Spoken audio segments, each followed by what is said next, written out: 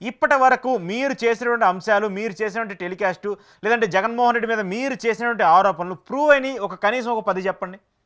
10 కనీసం ఒక 10 ఇన్సిడెంట్లు చెప్పండి. అలా ఏముండదు.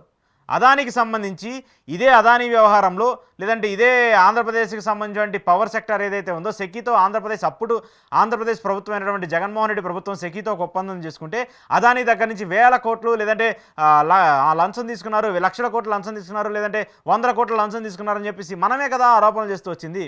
మనమే కదా జగన్మోహన్ రెడ్డిని టార్గెట్గా విమర్శలు చేస్తూ ఉంది.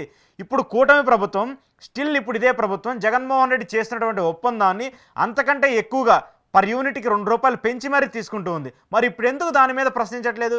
దాని మీద ఎందుకు డిబేట్ పెట్టలేదు? మనం అదానికి జగన్కి లింక్ ఉందంటేనేమో పెద్దగా డిబేట్లు పెడతాం, పెద్ద ఎత్తున వార్తలు రాస్తూ ఉంటాము, పెద్ద ఎత్తున విమర్శలు చేస్తూ ఉంటాం. మరి అదే అదానికి సంబంధించిన ఒప్పందాన్ని కూటమి ప్రభుత్వం కంటిన్యూ చేస్తూ ఉంటే అంతకంటే ఎక్కువ డబ్బుల్ని పర్ యూనిట్కి అదానికో లేదంటే సెకీకో ఛార్జ్ చేస్తూ ఉంటే ఇప్పుడు మనం ఎందుకు డిబేట్ పెట్టడం?